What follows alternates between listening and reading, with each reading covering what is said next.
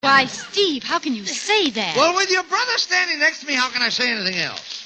I'm beginning to regret that you're here, Steve. So am I. And I am not an old paper bag. Now, look, Mrs. Ralston, I think that you should ask me to go home. Anyone who talks the way I do should avoid people. Now, Steve. What? I understand, and you're forgiven. You just stay right where you are. If you were half a man, Ralston, you wouldn't let me stay after I'd called your wife an old paper bag. I told you that I understand, Steve. Now, what do you think of Gwen? Do I have to answer that right now? Certainly. I'll be very interested in your answer. Well, all right. I think you're wonderful. You've been out with more intelligent girls, though, haven't you? Well, yes, but brains aren't everything. Oh, so I'm a dumbbell, am I? Now, Gwen, please don't worry about that. I have brains enough for two. I'm a thinker. You can talk plainer than that.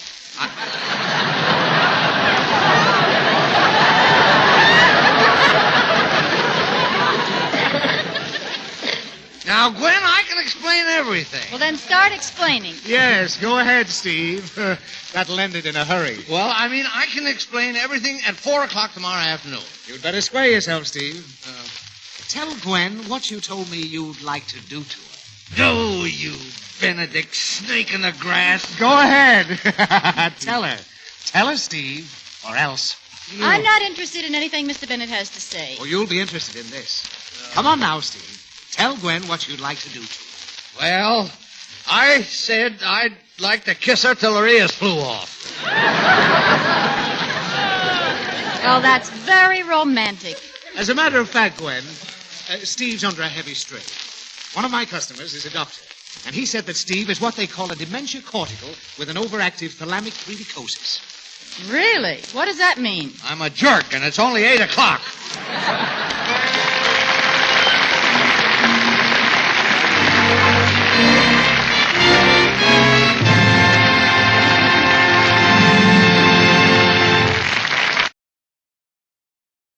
T.T. Ralston and Dick Donnelly are really beginning to worry about their $10,000 bet to Steve Bennett. It's noon of the next day, and for 20 hours, Steve has stubbornly refused to tell anything but the truth, the whole truth, and nothing but the truth. Then, just when Ralston and Donnelly were really beginning to despair, a girl and 2 tough-looking companions came aboard Ralston's houseboat, looking for Steve. I beg your pardon, miss. Did I hear you asking for Steve Bennett? You certainly did. Where is Stevekins, the bum? Well, you sound as though you knew him quite well. I do. I'm Linda Graham. These boys are my brothers, Muscles and Iron Man. How do you do? I'm T.T. Ralston. This is my partner, Mr. Donnelly. How do you do? Pleased to meet you. I'm Muscles. Likewise. I'm Iron Man. Your brothers don't look anything like you. Well, that's the nicest thing you could have said. What was it you wanted to see Mr. Bennett about, Miss Graham? Well, it's really quite personal. Oh, that makes it much more interesting. We'll make it interesting for that rat when we catch up with him, Iron Man. Yeah, just point him out to us. I'm afraid we can't do that unless we know why you want to see him. Well, Steve Bennett made me a lot of promises, and my brothers came with me to see that he keeps them. Well, what did Steve promise you, Miss Graham? Diamonds, penthouses, limousines, marriage. Marriage? Yes. I asked him to back a play for me, and he said he'd marry me first. Well, Miss Graham and her brothers may be the answer to our problem, T.T. Shall we take them to see Steve? Well, under the circumstances, Donnelly, I think it would be only fair. Come with us, Miss Graham.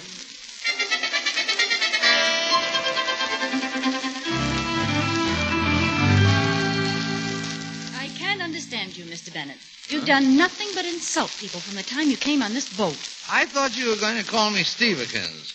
We're going to be very great friends, you know. Well, I'm not certain that I dare consider you as a friend, Stevekins. Well, of course, I didn't mean exactly a friend. I was thinking of a closer, more personal relationship, my dear. Oh. Well, tell me more, Stevekins. I will after 4 o'clock. Oh, I'd like to hear about it now. No, I really couldn't tell you the things I'd like to tell you until after 4 o'clock. I think we should know each other at least that much better. I'll be counting the minutes until 4. You and I. Gwen, has anyone ever promised you diamonds, penthouses, limousines, marriage? Why, Stevekins, are you promising me all that? Well, that'll have to wait until after 4 o'clock, too. After 4, I'll promise you the world. You may promise promise her the world, but you'll keep your promises to me first. Linda? Yes, Linda. Well, what are you doing here? I've come to collect those diamonds and penthouses and limousines and the marriage you promised me. Now, Steve. dear, I didn't know what I was doing. I was sober at the time. But you promised those to me, Steve. Oh, he did? Wonderful. Steve, you lose. Yeah, Steve, the jig's up. Oh, no, it isn't. Didn't you promise Gwen all those things? I did not. Steve. I simply asked Gwen if anyone had ever promised her diamonds and penthouses and limousines and marriage. Is he telling the truth, Gwen? Well, I guess so. I just took it for granted that he was promising them to me. Well, I didn't just take it for granted. Steve promised me anything I asked for. Is that right, Steve? And then you promised to marry her. No. You're lying, Steve. I am not. I simply said that I'd marry you before I'd back that play you wanted me to angel. Well, that's the same thing. Oh, no, it isn't. Before I'd back that play, I'd kill myself. But that doesn't mean I'm going to commit suicide. Brother, that means you have. Now, just a minute. Who are you? What business is this of yours? Well, we're Miss Graham's... Brothers. Yeah, and ain't nobody gonna two-time that babe while me and Muscles is around, see? We'll murder you. Is that so? Well, take your coat off. Okay, my coat's off. What about it? Yes. Much cooler, isn't it? Now listen, wise guy. You're either gonna marry Linda or... Hey, where you going? Didn't I tell Linda I'd go to the end of the world for her? You certainly did. Well, I'm getting an early start.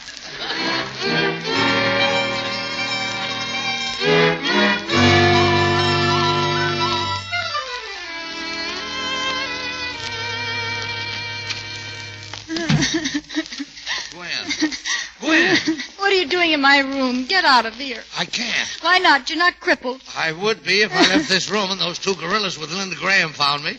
Did you see that big fella, that big knife that fella Muscles was carrying? Well, what of it? What of it? A thing like that can stunt a man's growth. Besides, if they kill me, how can I tell you what I invested your money in?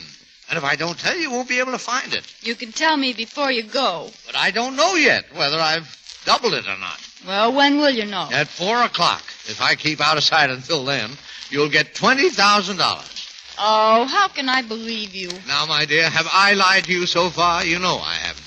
No matter how embarrassing the truth was. I've told you the truth, the whole truth, and nothing but the truth from the time we met. That's true. It is? I mean, it is. What does Linda Graham mean to you, Steve? Trouble. But why did you promise her all those things? Well, now, that's a very good question. I wish I had a good answer. Were you in love with her? You better answer him. What is it? Open the door. Wait until I get under the bed.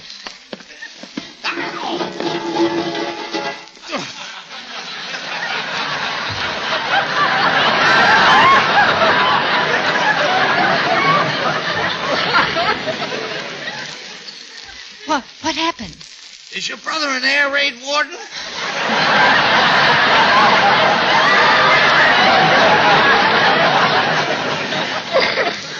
I don't know. Why? I think I hit my head on his helmet.